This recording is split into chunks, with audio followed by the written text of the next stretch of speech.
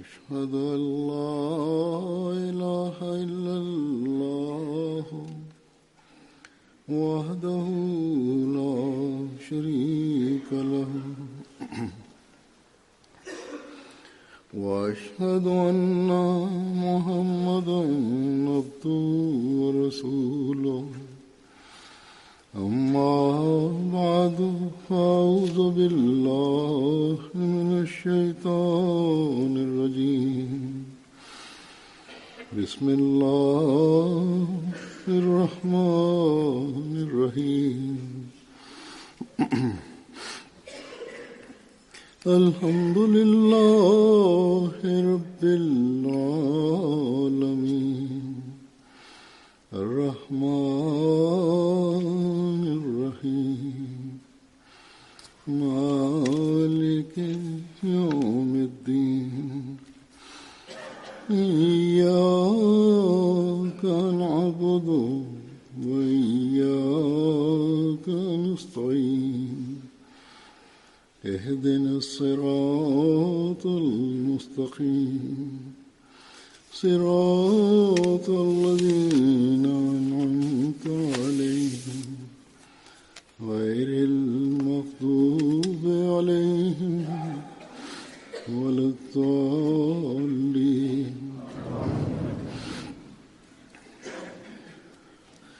الله تعالى المؤمنين أن يكون نصب أعينهم دائما فاستبقوا الخيرات.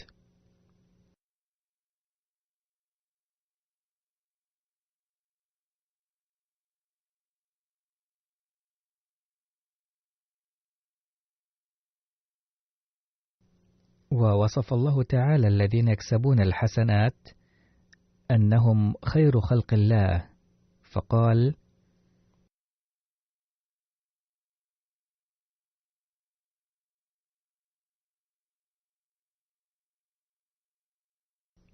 إن الذين آمنوا وعملوا الصالحات أولئك هم خير البرية.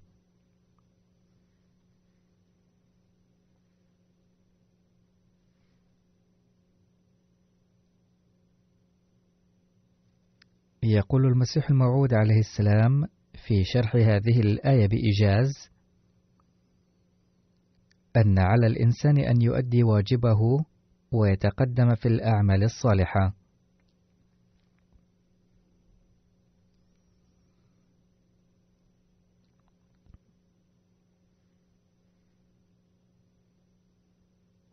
وقال بأن التقدم في الأعمال الصالحة وكسب الحسنات إنما هو جعل المسلم نفسه مؤمنا حقيقيا.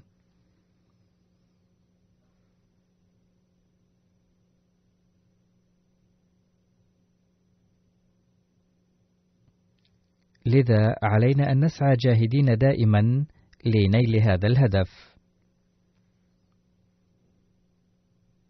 وقد وضح لنا المسيح الموعود عليه السلام هذا الموضوع بالتفصيل في ضوء القرآن الكريم والأحاديث، فبين مثلا ما هي الحسنة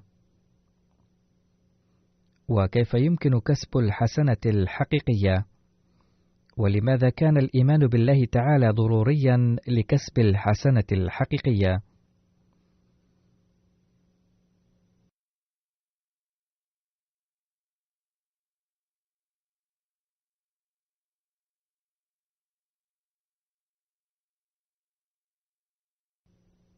وماذا يجب أن يكون مستوى إيمان المرء، وما هي الجوانب المختلفة للحسنة وما أنواعها، وكيف يكرم الله تعالى أصحابها.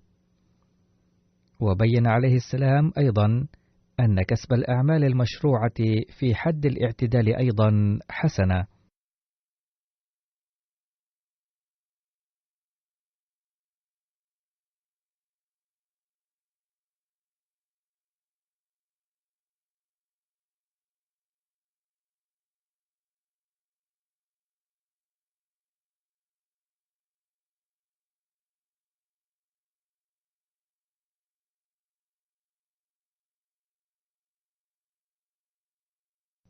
باختصار، فقد بين عليه السلام مفصلا فلسفة الحسنات وروحها الحقيقية من زوايا مختلفة. وسأقرأ عليكم الآن بعض المقتبسات من كلام المسيح الموعود عليه السلام.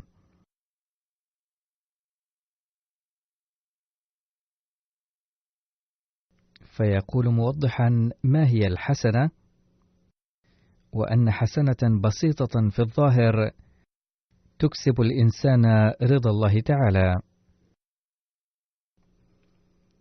الحسنة سلم للوصول إلى الإسلام وإلى الله تعالى، أي أن الحسنة وسيلة مثلى لمن أراد أن يطلع على حقيقة الإسلام وينال رضا الله تعالى ويتقرب إليه تعالى. ولكن يجب أن تعرفوا ما هي الحسنة. الشيطان يكون للناس بالمرصاد في كل صراط ويغويهم عن الصراط الحق.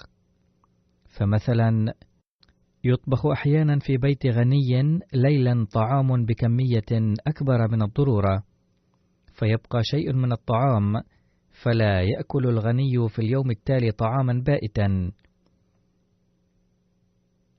ثم يحدث أن توضع على طاولته أطعمة شهية ولذيذة، وقبل أن يأكل لقمة واحدة منها يطرق بابه متسول طالبا خبزا، فيقول الغني لأحد أن يعطي المتسول طعاما بائتا،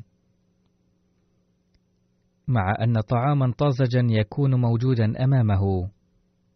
فهل يعد هذا العمل حسنة؟ في حين أن الأغنياء لا يأكلون الخبز البائت ولا بد أن يترك ويرمى.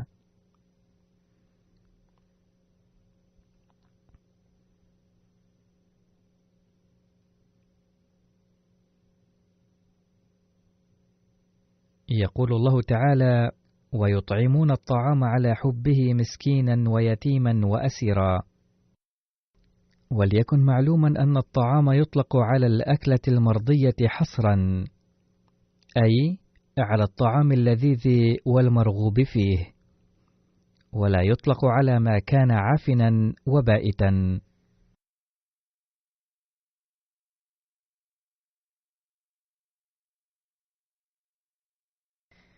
باختصار، إذا أعطى المرء المتسول طعاما من الصحن الموضوع أمامه الذي فيه طعام طازج ولذيذ ومرغوب فيه، كان قد كسب حسنة.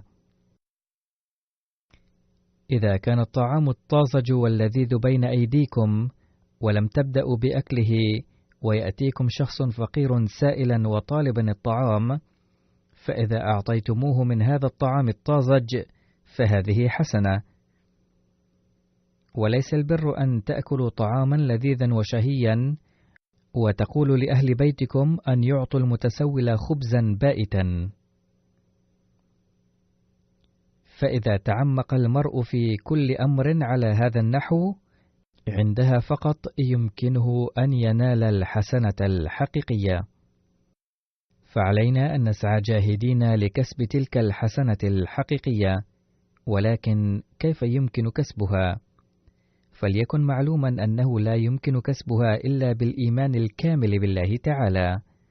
يقول المسيح الموعود عليه السلام موضحا هذا الأمر في مكان آخر: لكسب الحسنة الحقيقية لا بد من الإيمان بالله تعالى. الحكام الدنيويون لا يدرون ماذا يفعل المرء في بيته وماذا يكسب من الأعمال في الخفاء، لأنه لا يمكنهم الاطلاع على ما في الصدور، ولكن الله تعالى يعلم كل شيء. أي أن المسؤولين في الدوائر الرسمية والحكومية لا يعرفون ماذا تخفي صدور الناس، ولكن الله تعالى عليم بكل شيء، فيجب أن يوقن المرء بأن الله تعالى يعلم كل شيء وهو يعلم الغيب.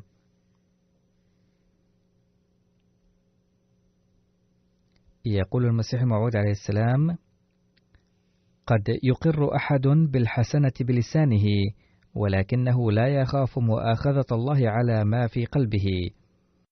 وما من حكومة من حكومات دنيوية يكون خوفها مسيطرا على الإنسان على درجة واحدة ليلا ونهارا، وحين يكون في الظلام وفي وضح النهار، وفي الخلوة والمجلس، وفي الخراب والعمران، وفي البيت والسوق. أقول: في بعض الأحيان يكسب المرء أعمالا متخفيا عن أعين الناس في مكان منعزل وفي ظروف مختلفة، وهو يعلم أنه لا يراه أحد في الظاهر، فلا يقربه الخوف، وبسبب عدم خوفه يقترف أعمالا شنيعة. ولكن الله تعالى يعلم كل شيء، فإن كنتم تريدون أن تنالوا برا حقيقيا فلا بد من الإيمان بالله إيمانا حقيقيا. يتابع المسيح الموعود عليه السلام ويقول: إن إصلاح الأخلاق يستلزم الإيمان بذات تراقب أعماله في كل حين وفي كل ظرف، وتعلم ما يكسبه المرء من الأعمال والأفعال والأسرار الكامنة في صدره. هذه الذات هو الله وحده تعالى. فإذا كان الإيمان بالغا هذا المبلغ، ويتذكر الإنسان الله تعالى في كل حين عندها فقط، يستطيع أن يكسب حسنة حقيقية. ثم يقول المسيح الموعود عليه السلام موضحا فلسفة الحسنة: إن معنى التقوى هو اجتناب سبل السيئة الدقيقة، ولكن اعلموا أنه ليس المراد من التقوى فقط أن يقول أحد بأني متق لأني لا آخذ مال أحد، أي لم أغصب مال أحد، ولم أكسب المال بطريقة غير مشروعة، ولم أنقب بيت أحد، ولا أسرق، ولا أرتكب سوء النظر، ولا أزني. هذا النوع من الحسنة يكون مدعاة للضحك عند العارفين، لأنه إذا ارتكب مثل هذه السيئات وسرق ونهب لنال العقاب.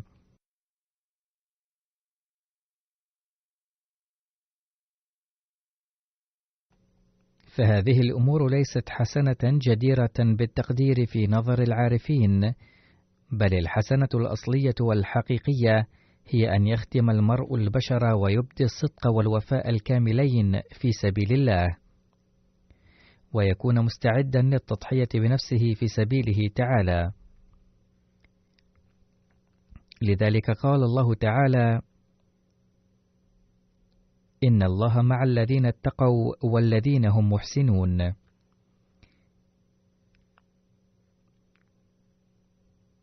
أي هو مع الذين يجتنبون السيئات ويكسبون الحسنات أيضا.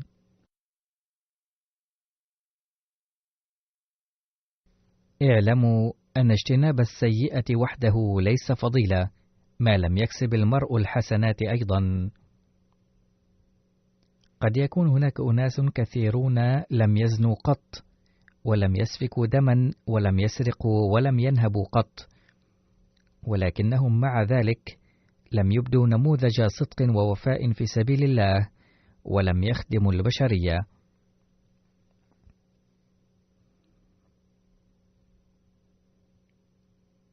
أي لم يكسبوا حسنة لنيل رضا الله تعالى عاملين بأحكامه، ولم يقدموا في سبيله تضحية مع أنهم اجتنبوا سيئات كثيرة. فإن لم يؤدوا حقوق الله وحقوق العباد ولم يخدموا الناس، فإن ذلك ليست حسنة جديرة بالذكر.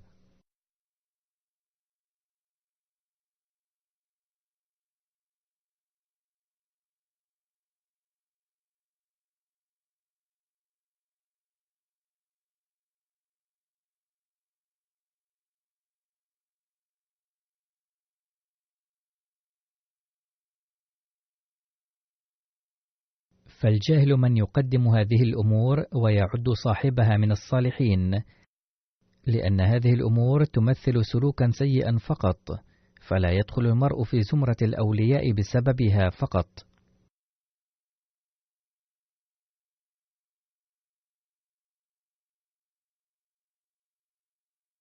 ثم يقول عليه السلام: ليست مفخرة أن يفرح المرء بمجرد أنه لا يزني، أو لم يسفك الدم، أو لم يسرق.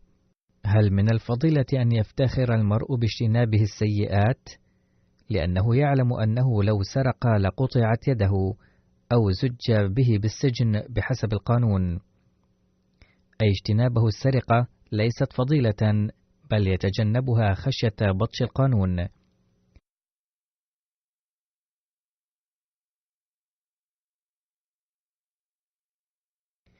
ليس من الإسلام عند الله أن يجتنب المرء السيئات فقط، لأنه لا يمكنه أن يعيش عيشا روحانيا ما لم يترك السيئات ويكسب الحسنات.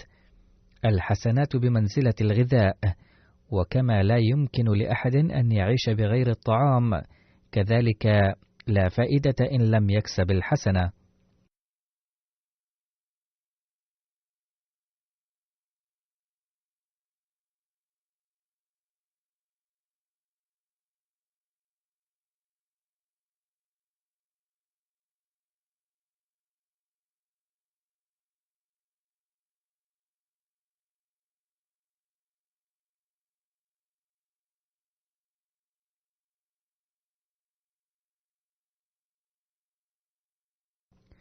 أقول إن هذه الحالة تتسنى نتيجة ازدياد المرء إيمانا، فيحوز مستوى عاليا.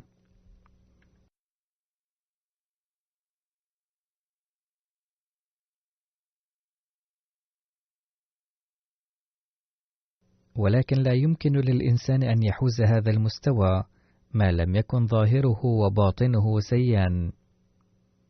كذلك عليه ألا يكتفي بالإيمان الظاهر فقط، بل كما يكون الإنسان متأكد من أن السم ضار ويمكن أن يموت بتناوله، وكما يكون واثقا من أنه لو أدخل يده في جحر حية لعضته، كذلك يجب أن يكون إيمانه بالله تعالى قويا، ويكون متأكدا أنه لو اقترف سيئات فالله تعالى يراقبه كل حين وآن وسيعاقبه. أما الحسنات فيقول الله تعالى بأنه يجزي الإنسان عليها على أي حال، وأن يترشح من كل عمله دليل على وجود الله، وأن يشعر كل حين أن الله تعالى يرى عمله. يقول المسيح الموعود عليه السلام: إنما الصالح من كان ظاهره وباطنه سيئان، أي يظهر ما في قلبه، فهو يمشي في الأرض كالملاك، أي ظاهره وباطنه سيئان، وبلغ في الصلاح مرتبة كأنه صار ملاكا. قال عليه السلام: الملحد ليس تحت حكومة تمكنه من حسن الأخلاق. الملحد ولو كان ذا خلق ولكنه لا يستطيع أن يبلغ ذلك المستوى، ففي بعض الحالات لا بد أن يخطر بباله ما يخالف ذلك، لعله يمتنع عن السيئات ويبدي بعض الأخلاق الأساسية، ولكنه سيبقى ضعيفا في الالتزام بالحسنات. قال عليه السلام: كل النتائج هي نتائج الإيمان، فلا أحد يدخل إصبعه في جحر الحية بعد معرفة ذلك. ما دمنا نعلم أن شرب كمية معينة من استركينا نوع من السم تقتل، فإننا نؤمن بكونها قاتلة، ونتيجة لهذا الإيمان لن نقربها من الفم وننجو من الموت.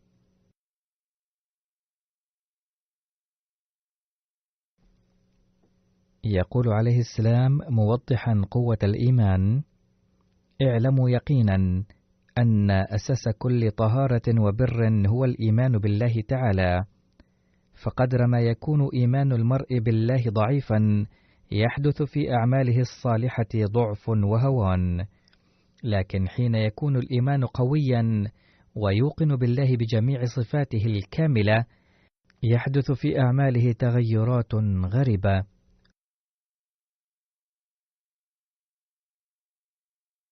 أي لو أيقن المرء بالله أنه يملك جميع القدرات وهو عالم الغيب ويراه في كل مكان، فلا شك أنه بهذه الفكرة يحدث في أعماله تغيرات عجيبة، وتبدأ تتحسن أعماله تلقائيا، وينشأ الاهتمام بالحسنات بدلا من السيئات، فالمؤمن بالله لا يصدر منه الذنب. لا يمكن أن يؤمن بالله وفي الوقت نفسه يرتكب الذنوب، لأن هذا الإيمان يقطع قواه النفسانية وأعضاء الذنب. فانظروا، لو أخرجت عيون أحد فكيف يقدر على سوء النظر بهما، وكيف يصدر منه ذنب العيون؟ وكذلك لو بترت يداه وقطعت قواه الشهوانية فكيف يقدر على ارتكاب الذنوب التي تصدر من هذه الأعضاء؟ ومثل ذلك تماما حين يكون الإنسان حائزا على النفس المطمئنة، فهذه النفس تعميه ولا تبقي في عيونه قوة لارتكاب الذنب، فهو ينظر ولا ينظر، لأنه تسلب من عينيه القدرة على ارتكاب الذنب. أي لو نظر إلى شيء فلن ينظر بنظرة سيئة، بل ستسلب منه نظرة الحرص ونظرة السوء أو نظرة الأهواء غير الجائزة. قال عليه السلام: وكذلك له الآذان ولا يسمع بهما، حيث لا يسمع أمورا تعد من الذنوب، ومثل ذلك تقطع جميع قواه النفسانية والشهوانية وأعضاؤه الداخلية، ويحل الموت على جميع القوى التي كان يمكن أن تصدر منها الذنوب، ويصبح كالميت تماما، ويكون تابعا لمرضاة الله فقط، ومن دونه تعالى لا يستطيع أن يخطو خطوة. فهذه الحالة تتحقق حين يكون الإيمان بالله صادقا، ونتيجة لذلك يعطى له اطمئنانا كاملا، وهذا هو المقام الذي يجب أن يكون الغاية المنشودة للإنسان.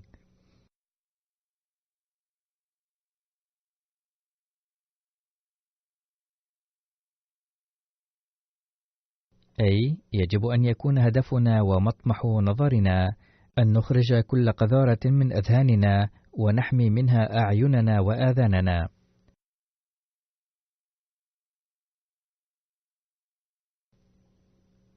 قال عليه السلام: إن جماعتنا بحاجة إليها، وللحصول على الإطمئنان الكامل ثمة حاجة للإيمان الكامل، فيجب على أبناء جماعتنا أولا أن يحرزوا الإيمان الصادق بالله.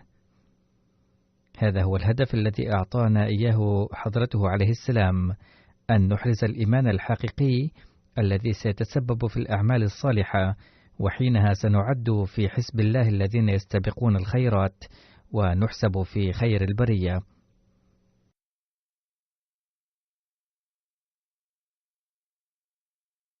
ثم قال حضرته عليه السلام في بيان جوانب الحسنة: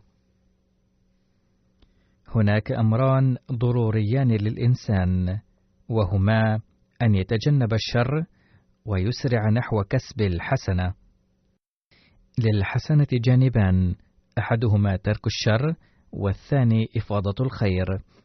إن ترك الشر أيضا حسنة، ولكنه جانب واحد من الحسنة، أما الآخر فهو أن يعمل الخير. قال حضرته: ولا يسع المرء بلوغ درجة الكمال بترك الشر فقط، أي ينبغي إضافة إلى ذلك أن ينفع الآخرين أيضا، فلا يكتمل الإيمان إلا إذا عمل بالحسنة وقام بإفاضة الخير للآخرين. قال حضرته: ومن هنا يتبين مدى ضرورة إحداثه التغيير في نفسه. والحق أن الإنسان يصل إلى هذه المدارج إذا كان مؤمنا بصفات الله وعالما بها حق العلم، وما لم تتحقق له هذه الدرجة لا يسعه اجتناب السيئات ناهيك عن نفع الآخرين. وللاطلاع على صفات الله تعالى ينبغي على المرء أن يقرأ القرآن الكريم دوما ويتذاكر الأحكام الواردة فيه. قال حضرته عليه السلام: إن إيصال الخير للآخرين شيء كبير، ولكن ما دام الناس يهابون الملوك ويتجنبون إلى حد ما مخافة قانون العقوبات الهندية مثلا، وكثير منهم لا يخالفون القانون الدنيوي، فلماذا يتجاسرون على مخالفة قوانين أحكم الحاكمين؟ هل لذلك سبب آخر سوى عدم إيمانهم بالله لا شك أن هناك ضعف في إيمانهم، وإلا فلماذا يخافون قوانين الحكومات الدنيوية ولا يقدمون على الشر؟ قال حضرته: هذا هو السبب الوحيد لصدور السيئات وعدم كسب الناس الحسنات. فكما ذكرت سابقا أنه لا تصدر الأخطاء إلا عندما يضعف الإيمان. لا شك أن المرء يؤمن من الناحية الاعتقادية بالله العليم الخبير عالم الغيب، إلا أنه يعارض ذلك من خلال أعماله، وهكذا يتورط في كثير من السيئات ولا يوفق لكثير من الحسنات.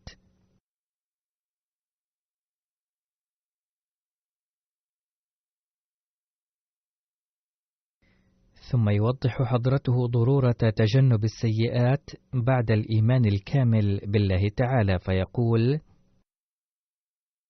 لا يمكن اجتياز مرحلة تجنب السيئات إلا عندما يكون الإيمان بالله تعالى قويا، وينبغي أن تكون المرحلة الثانية هي أن يبحث عن تلك السبل التي سلكها الصلحاء من عباد الله تعالى. أي أولا يجب أن يؤمن بالله تعالى، ثم يبحث عن تلك الحسنات والأعمال الصالحة التي يمارسها عباد الله الصالحين والأنبياء والصلحاء. إنه ذلك السبيل الوحيد الذي سلكه جميع الصادقين والصلحاء في هذه الدنيا، واستفاضوا بفيوض الله تعالى. ويمكن التعرف على هذا السبيل من خلال تحري الإنسان في معاملة الله تعالى مع هؤلاء. إن المرحلة الأولى أي تجنب السيئات تجاز من خلال التجلي الجلالي لصفات الله تعالى، وذلك لأنه عدو للأشرار، وإنه يقضي على أعداء مقربيه. ويتم اجتياز المرحلة الثانية من خلال التجلي الجمالي لصفات الله تعالى، والنتيجة النهائية هي أنه لا يتم شيء ما لم ينل الإنسان من الله تعالى قوة أو طاقة تسمى بالمصطلح الإسلامي بروح القدس. إنها قوة توهب من الله تعالى، وبنزولها تحل السكينة في القلب فورا، ويلقى في طبع الإنسان حب الحسنة والخير. عندما ينزل التجلي الجمالي لله تعالى، فأولا ينتبه الإنسان إلى كسب كل حسنة، ويصرف عن التفكير في السيئة، ثم تنشأ سكينة في القلب. هذا هو سلوك الأبرار والصالحين، وهو أسوة لنا، وقد وجهنا حضرته عليه السلام إلى أن نمعن النظر فيها، أي أن نركز في أسوة الأنبياء وسيرتهم. ثم قال حضرته: وإنه يسعى بكل لذة وسرور لكسب تلك الحسنة التي يعتبرها الناس مشقة وعبئا عليهم. أي كما يتناول الطفل أيضا شيئا لذيذا بشوق كبير، كذلك حين تنشأ للمرء الذي يحب الله تعالى علاقة بالله تعالى تنزل عليه روحه المقدسة، وفي هذه الحالة تصبح كسب الحسنات بالنسبة له كشراب لذيذ ذي رائحة طيبة، ويتراءى له الجمال الكامل في الحسنات، فيندفع إليها تلقائيا، وترتجف روحه بتصور السيئة. هذه الأمور من نوع لا نقدر على بيانها في كلمات بوجه دقيق، لأنها حالة عجيبة للقلب، ويشعر القلب بسرور لا يوصف بكلمات. هذه هي حالات القلب التي لا يشعر بها غير قلب الإنسان، وعندما يدرك الإنسان روعة هذا السرور، وعندها ينال أنوارا متجددة. وعلى المرء أن لا يتباهى بهذا فقط، ولا يعده منتهى رقيه بأنه أحيانا يخشع في صلاته، فهذا ليس من الفضيلة أن يبكي الإنسان أحيانا في الصلاة ويخشع قلبه ويرق. ينبغي أن لا يكتفي بهذه الدرجة فقط، لأن هذا الخشوع يكون عابرا. عادة يقرأ الإنسان كتابا أو رواية، وحين يصل إلى الجزء المثير منه لا يتمالك نفسه ويبدأ بالبكاء. كثيرون أحيان قراءة القصص يبكون، وبعضهم يقرؤون في الروايات بعض القصص والأحداث التي تثير البكاء عندهم، فهو يعرف جيدا أنها مجرد قصة افتراضية، ومع ذلك يقرأها. فلو كان مجرد البكاء ونشوء الرقة يعد أساس السرور الحقيقي واللذة الحقيقية، لما كان أحد اليوم أكثر فوزا باللذة الروحانية من أهل أوروبا، لأن الناس هنا تثور عواطفهم على أبسط الأمور ويبكون. فآلاف مؤلفة من الروايات تنشر ويبكي بقراءتها ملايين الناس، فهم يبكون إثر قراءة القصص والروايات ومشاهدة التمثيليات، وتثور مشاعرهم أثناء بيانهم أحداث الناس، فهذا لا يدل على أنهم تقدموا روحانيا، بل لا تترقى الروحانية إلا عندما يتجنب الإنسان بشكل كامل السيئات ويعمل الصالحات بكامل جهده ابتغاء لرضا الله تعالى. ثم ألقى حضرته عليه السلام الضوء على جوانب الحسنة. لقد ذكر سابقا جانبين وهما ترك الشر وعمل الخير، والآن ذكر جزئين للحسنة فقال: الحسنات التي يقوم بها المرء قسمان: الفروض والنوافل. الحسنة تنقسم إلى قسمين: حسنة فرض وحسنة نافلة. والفرائض هي واجبات لا بد له من أدائها كتسديد الدين، أي أنه إذا اقترض المرء من أحد فيفرض عليه رد هذا القرض، أو رد المعروف بالمعروف، هذا كله فرض. وبالإضافة إلى الفرائض هناك مع كل حسنة نوافل، هي تلك الحسنة التي تعتبر زائدة عن الفروض، أي هي حسنة تفوق ما يجب عليه، كأن يرد المرء على معروف الآخر بأكثر مما فعل.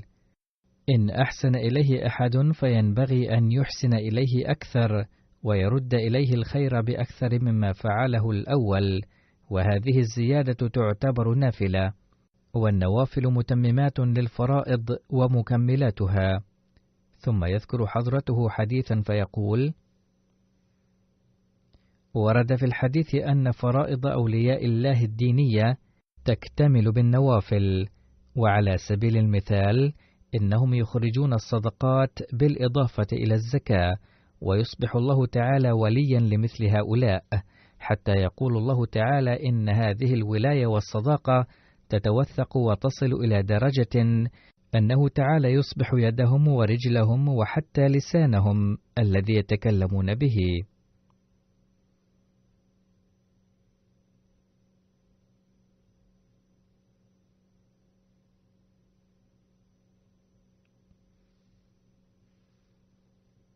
عندما يزداد الإنسان إيمانا ويقينا بالله تعالى، ثم يقوم بالأعمال الصالحة ابتغاء مرضات الله تعالى، يوفقه الله تعالى لمزيد من الأعمال الصالحة والحسنات وينعم عليه أكثر. يذكر حضرته عليه السلام هذا الموضوع فيقول: إن سنة الله مع الإسلام أن الحسنة الواحدة تولد حسنة أخرى. تحضرني الآن واقعة قرأتها في كتاب تذكرة الأولياء، بأنه كان هناك شيخ من عبدة النار قد بلغ 90 سنة، وتوافق أن نزل المطر واستمر طويلا لعدة أيام، فلما توقف صعد المجوسي على سطح بيته وبدأ ينثر حبوبا على السطح إطعاما للعصافير، فرآه أحد صلحاء المسلمين الذي كان يسكن بجواره وقال له: أيها الشيخ ماذا تفعل؟ فأجاب: يا أخي لقد استمر نزول المطر لحوالي أسبوع وأنا أنثر الحبوب من أجل العصافير.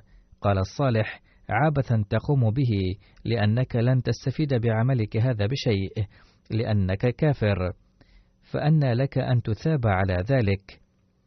قال الشيخ: سأنال أجره يقينا، أي أنه كان يؤمن بوجود الله تعالى، أو كانت فطرته صالحة، وصعد هذا الصوت من صميم فؤاده أنه سينال الأجر على فعله هذا.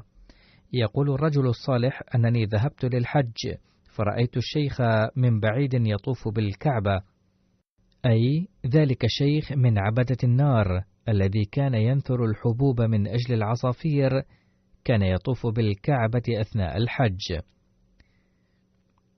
فاستغربت من رؤيته هناك وتقدمت إليه، فبدأني بالكلام قبل أن أسأله وقال: هل ضاع إطعام الطيور الحبوب أم وجدت أجرا عليه؟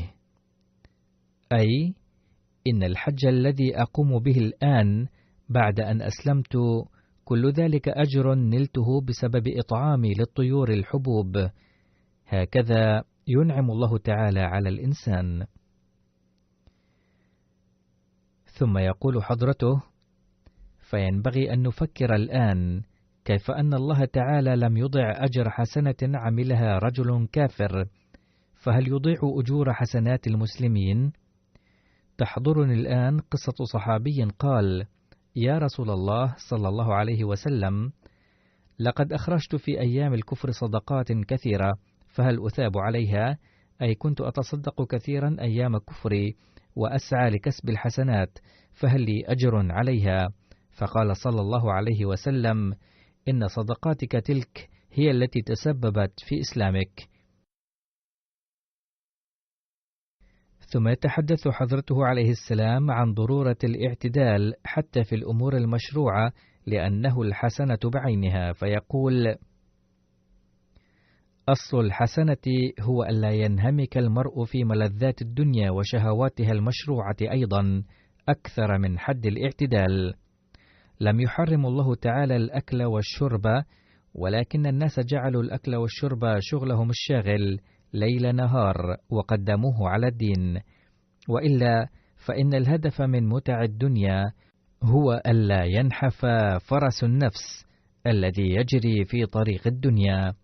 إن الله تعالى قد وضع اللذة في الأكل والشرب، وإضافة إلى ذلك خلقها ليتقوى بها الإنسان ويؤدي فرائض الله على أحسن ما يرام، ولا تضعف صحته، فينبغي أن يأخذ الإنسان هذا الأمر بعين الاعتبار عند الأكل والشرب. قال حضرته عليه السلام: إن مثله كمثل أصحاب العربة الذين عندما ينمون سفرا طويلا فنظرا إلى تعرض الحصان للضعف بعد سفره لبضعة أميال يجعلونه يستريح قليلا ويطعمونه ليزول عنه تعبه السابق.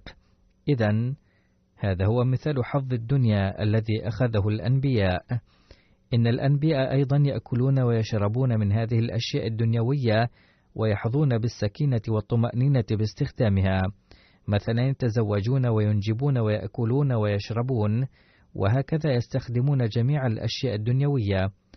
فقال حضرته بأن حظ الدنيا الذي أخذه الأنبياء كان على هذا النحو، لأنهم كانوا مكلفين بمهمة عظيمة ألا وهي إصلاح العالم، فلو لم يأخذ فضل الله بيدهم لهلكوا.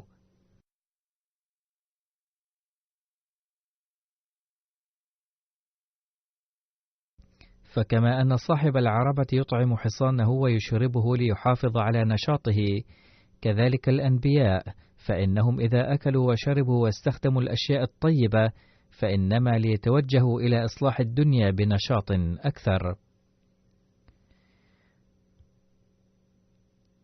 مرة وجه أحد إلى الخليفة الأول رضي الله عنه اعتراضا على المسيح الموعود عليه السلام قائلا: سمعت أن السيد ميرزا يأكل أكلة البولاو، أي الأرز المطبوخ واللحم.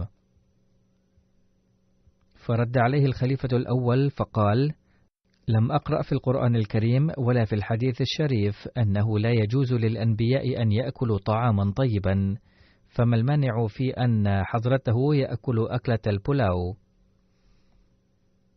فهكذا أيضا يعترض بعض الناس حيث يظنون أن الصلاح والزهد لا يعني إلا أكل الأطعمة المرة، في حين أن هذا الظن خاطئ، بل ينبغي أن نتبع تلك السنة التي قدمها النبي صلى الله عليه وسلم أمامنا. فقد قال النبي صلى الله عليه وسلم لأحد صحابته بأنني آكل طعاما طيبا وألبس لباسا جيدا، وإنني تزوجت ولي أولاد أيضا، وأنام وأتعبد، وهذه هي سنتي وعليكم بها.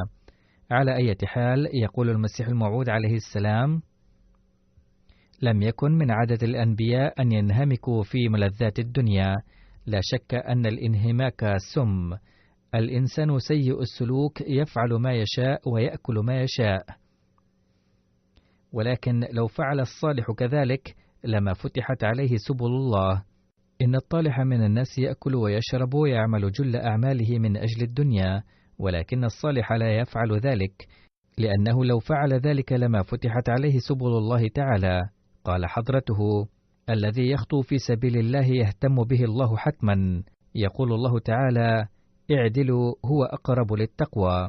الاعتدال في التنعم والأكل والشرب أيضا اسم آخر للتقوى. ليس البر في تجنب الإنسان الزنا والسرقة فقط، بل عليه أن لا يتجاوز حدود الاعتدال في الأمور المشروعة أيضا. أي من التقوى أن يلتزم الإنسان بالاعتدال في الأمور المشروعة أيضا، لأنه عين البر. ثم يوضح حضرته تعليمه المتعلق بالمعاملة الحسنة مع الحكام، والمعاملة الحسنة مع العلاقات العامة، والعلاقات مع الأقرباء وغيرهم، فيقول عليه السلام: إن تعليمنا هو أن تعاملوا الجميع بالمعاملة الحسنة، ويجب أن يطاع الحكام طاعة صادقة، لأنهم يحكمونكم.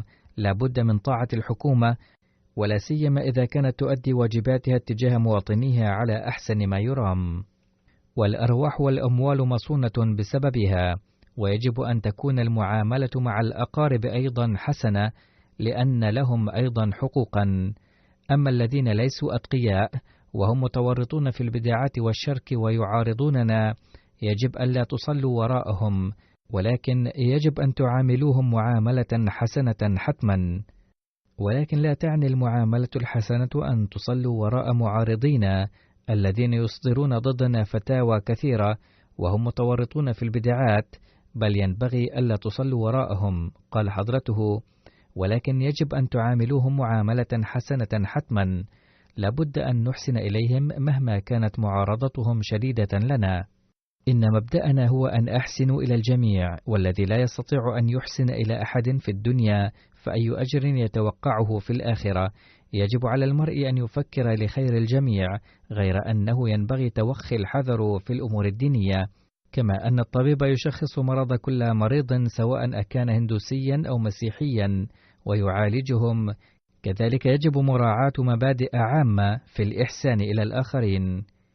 إذا قال أحد إن الكفار قتلوا في زمن الرسول صلى الله عليه وسلم، فجوابه أنهم كانوا مجرمين بناء على خبثهم وإيذائهم وقتلهم المسلمين بغير حق، فقد عوقبوا لكونهم مجرمين، أي أن هؤلاء الكفار كانوا يقتلون المسلمين ويظلمونهم فعوقبوا على ذلك، ولم تتم معاقبتهم لإنكارهم النبي صلى الله عليه وسلم، بل لكونهم مجرمين.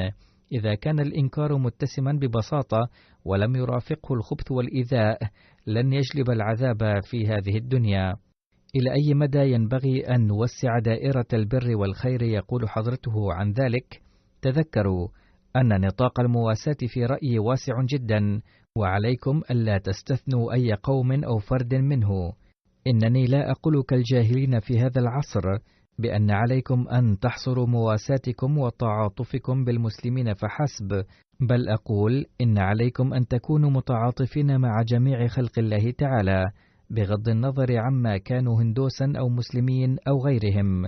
إنني لا أقبل مطلقا كلام الذين يرغبون في حصر المواساة في أبناء قومهم فقط، ومنهم من يحملون أفكارا بأنه يمكن أن يتم خداع الآخرين بقدر ما يلتصق من حبوب السمسم باليد إذا غمست في جرة مليئة بحبوب السمسم. هذه هي أفكار بعض غير الأحمديين، حيث يرون أنه إذا أخذوا إناء مليئا بالقطر أو العسل وغمسوا اليد فيها ثم غمسوها في الكومة الصغيرة من حبوب السمسم، يجوز لهم خداع الآخرين بقدر ما يلتصق باليد من حبوب السمسم، ويجوز لهم غصب حقوق الآخرين بهذا القدر. يقول حضرته: إنها آثام كبيرة ولا تجوز بحال، وإن مثل هذه الأفكار الفاسدة والسيئة أضرت بالمسلمين أيما إضرار، وهي التي جعلتهم كالوحوش والسباع تقريبا.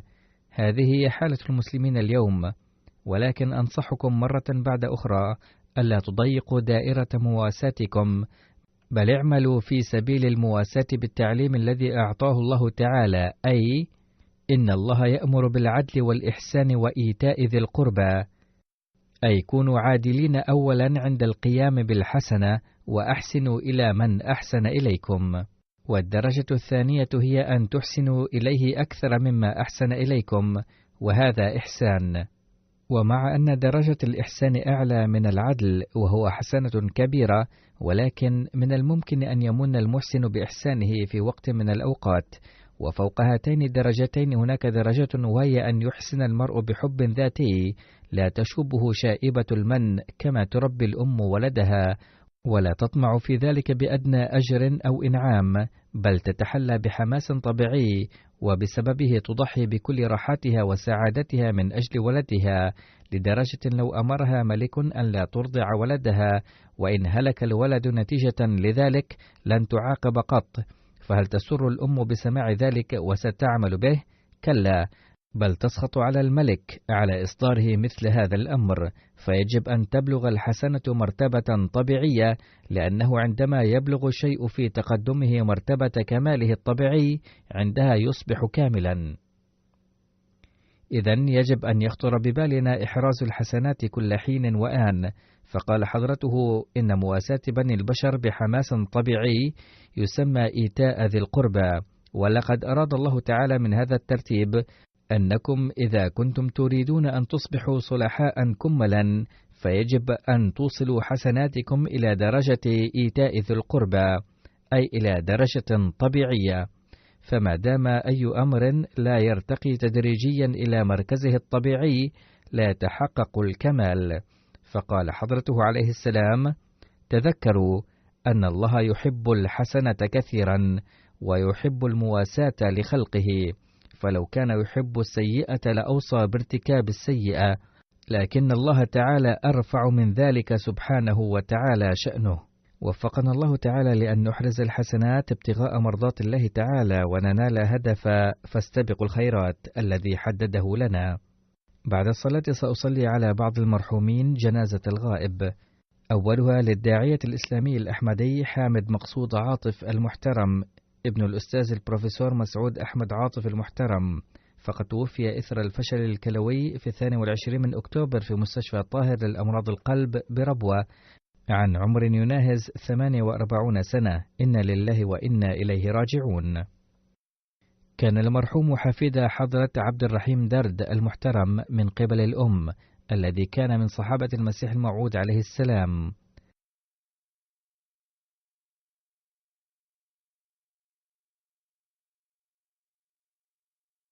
أما والد المرحوم الأستاذ مسعود أحمد عاطف رحمه الله فقد وفق لتدريس الفيزياء في كلية تعليم الإسلام ربوة من 1955 إلى 1986.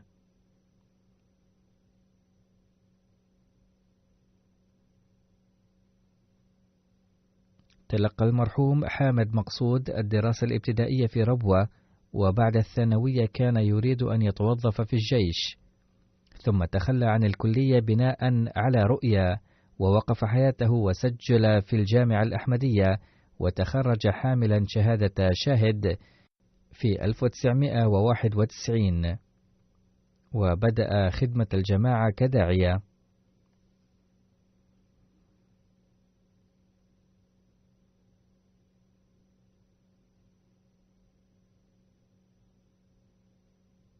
ترك بفضل الله تعالى زوجة وابنتين وولدا، وكل أولاده يدرسون، وابنه واصف حامد وهو الأصغر يحفظ القرآن الكريم في معهد تحفيظ القرآن بربوة.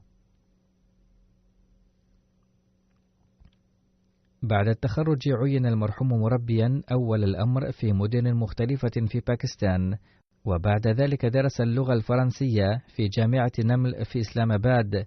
وبعد إنهاء دراسة اللغة الفرنسية أرسل في مايو 1997 إلى ساحل العاج كداعية، حيث خدم الجماعة إلى 2002، ثم أرسل إلى بوركينا فاسو وخدم الجماعة هناك إلى 2016، وأعيد إلى باكستان إثر إصابته بأمراض الكلية.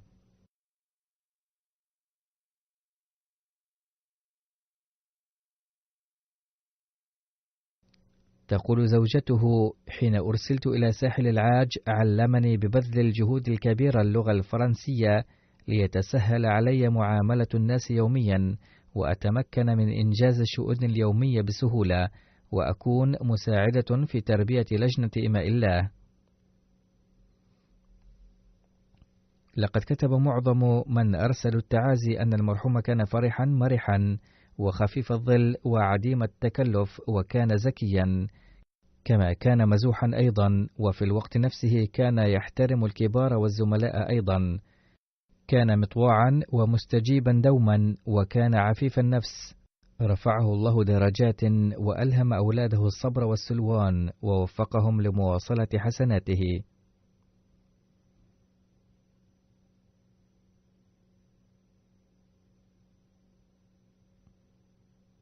الجنازة الثانية للسيد علي سعيد موسى المحترم، أمير جماعة تنزانيا سابقا، فقد توفي في 30 من سبتمبر عن عمر يناهز 67 سنة. إن لله وإنا إليه راجعون.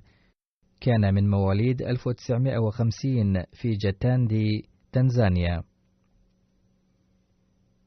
سجل في جامعة دار السلام، ونال شهادة البكالوريوس في الاقتصاد أولا، ثم في عام 1980 نال الشهادة في الاقتصاد الزراعي.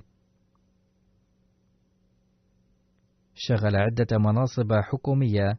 كان سيدنا الخليفة الرابع أمره بترجمة القرآن الكريم في لغة ياوا، لكنه حين تأخر بسبب أشغاله الحكومية قال له حضرته: بهذه السرعة ستستغرق الترجمة 30 سنة على أقل تقدير، وأبدى قلقه اتجاه ذلك. فلما سمع عن ذلك المرحوم علي سعيدي جاشت عواطفه جدا، وتعهد أنه سينجز هذا العمل عاجلا، فترك جميع أعماله وصب كل تركيزه على ترجمة القرآن الكريم، وأكمل المهمة خلال 5 سنوات.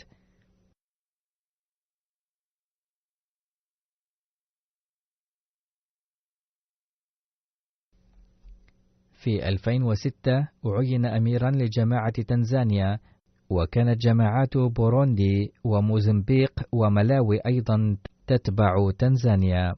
في إماراته فتحت الجماعة مدرسة ثانوية أيضا، واشترت قطعة أرض كبيرة أيضا. كان المرحوم مخلصا ووفيا وصالحا جدا، كانت له علاقة تعظيم وطيدة بالخلافة. ترك خلفه أرملة و3 بنات و3 بنين، وفقهم الله جميعا للاستمرار في حسنات المرحوم ورفع درجاته.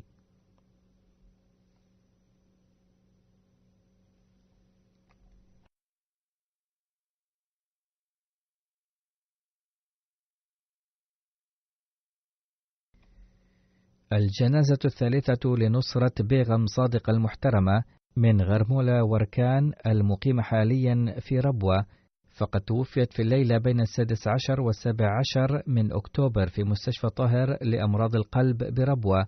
إن لله وإنا إليه راجعون. كانت والدة الأستاذ عبد المؤمن طاهر رئيس المكتب العربي، من خصالها المتميزة حبها الكبير للتوحيد وكراهيتها الشديدة للشرك والبدع، والتوكل والاعتناء بالفقراء وإخفاء حسناتها.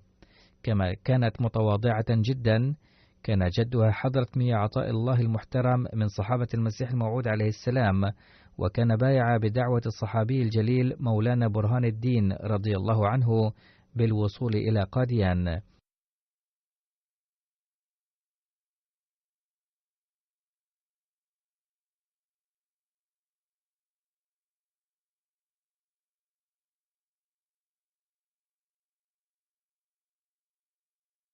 كانت مولعة بتعليم القرآن الكريم، فحين حث سيدنا الخليفة الثالث رحمه الله الأحمديات الأميات الكبيرات على تعلم القرآن الكريم، تعلمت من المرحومة بعض الأحمديات البالغات من العمر 70 سنة، وبعضهن تعلمن الترجمة أيضا. كما كانت غير الأحمديات من البنات والسيدات يتعلمن منها القرآن الكريم.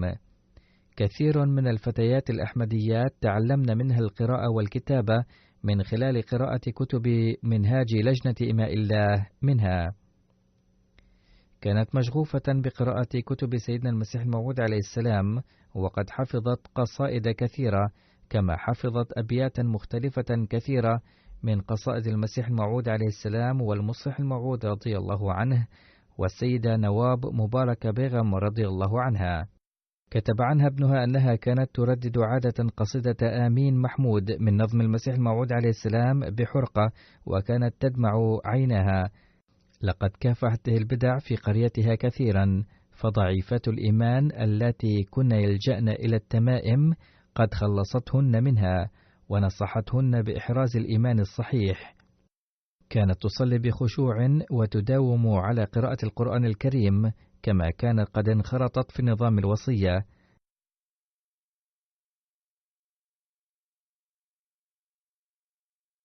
لها 6 أبناء، 4 منهم واقفو الحياة، بمن فيهم الأستاذ عبد المؤمن أيضا. رفع الله درجاتها ووفق جميع أولادها للاقتفاء بآثارها.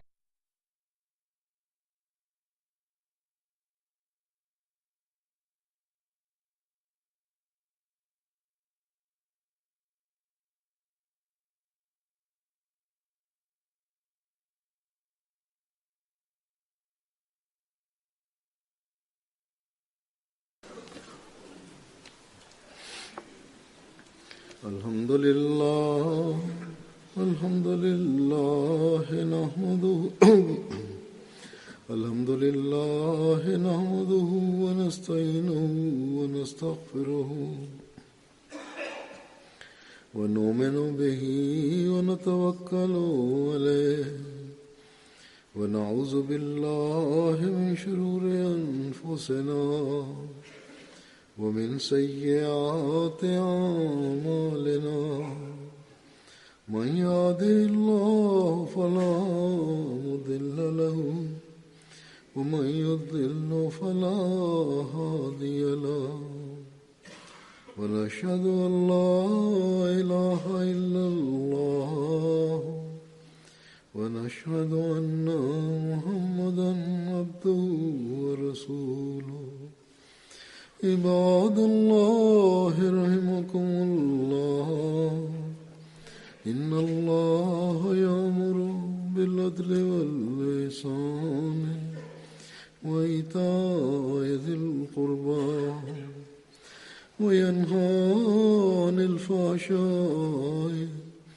والمنكر والبغي يعظكم لعلكم تذكرون اذكروا الله يذكركم وادعوه يستجب لكم ولذكر الله أكبر.